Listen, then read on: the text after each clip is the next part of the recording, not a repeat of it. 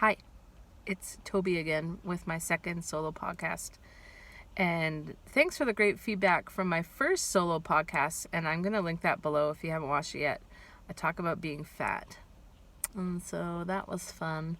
It actually was for me. It was great to share that. Now, today, I'm going to talk about this phase that I'm in my life. And that's, the midlife crisis phase. And first, I want to say something about that midlife crisis. Everyone calls it that, like, oh, I'm going to go buy a Corvette or whatever. I'm not going to buy a Corvette. But what I did was I left my marriage. I quit my very stable job, and I became a student again and moved to a strange country. And and apparently I'm like acting out of control, and that's like kind of messed with people's minds. I don't know what out of control means because, well, whatever. I'll maybe talk about that. But this whole midlife crisis thing, I think it comes about because at 40, I felt more sure of myself than I have ever in my whole life. I was doing things for other people. I was saying things and worrying about what other people thought. And it's true what they say about old people, how they don't have that filter because they just don't give a fuck, and I think that's what a lot of people admire about older people, is that we just don't care what you think. And I still do care a lot about what other people think of me. I'm trying to let that go, but I've started to let that go because a lot of people have judged me for my actions, for like, why would I leave a job when I make good money to go back to school and have no money? Like, I have no money. And why would I want to be a student again? Why can I just like stay in that job? And I just really had a hard look at myself and my life. And it sounds like really frou-frou, but like me as an artist, like that's essentially what I am. I am a singer and piano player that was a teacher. And I heard someone, oh yeah, it was my percussion teacher. He said, he was talking to this like high school teacher, and they're like, no, I don't play anything, I just teach. And he's like, how horrible is that? A music teacher that actually doesn't play anything or like do anything anymore, they just teach? That's doing a disservice to you and your students. And that's kind of what I was. I wasn't a fraud. Like, I think I was a good teacher, and I think I did my job well. But I came to North Texas not having really sung in a long time. Like, I don't even have a book anymore. That book of tunes that you bring to your gigs, I don't have that anymore because I haven't done a gig in forever. So, like, what am I doing with my life? I'm a music teacher, but like I don't do it anymore, or I'm like not really good at it anymore. Like, I don't play piano like a quarter as well. Like, people here don't even know that I play piano, and like that was my major in my undergrad.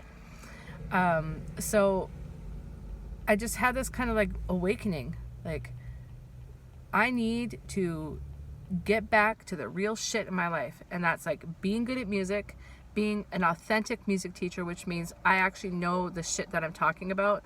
That's why I'm in like Afro-Cuban percussion ensemble, Brazilian ensemble, because I don't want to just say like, ooh, play a bossa nova and just, generally play a clave rhythm.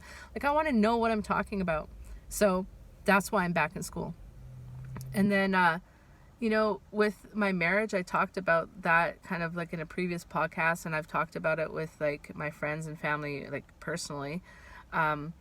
But it was like, Ian and I, and Ian, when you watch this, I think you'll agree, we were friends. And I had a friend comment, like, she would see all of our travel photos together, and we would just stand next to each other, just like no arm around each other, no holding hands, no kissing. Like, we weren't a couple anymore. And so I looked at that and I went, are we a couple? Are we in love? Are we married? Not anymore. So I shook that up.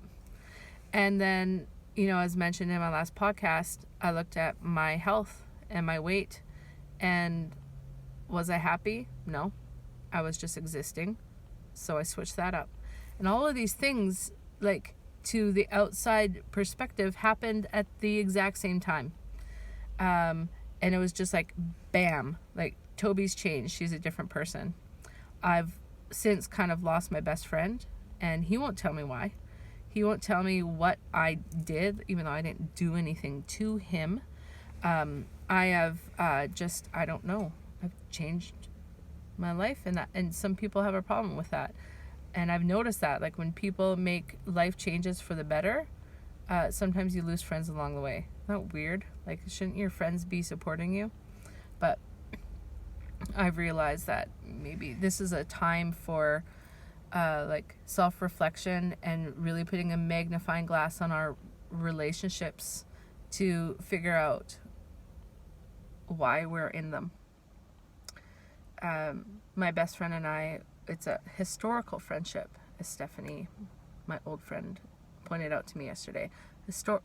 An historical friendship was based on, like, prior events. And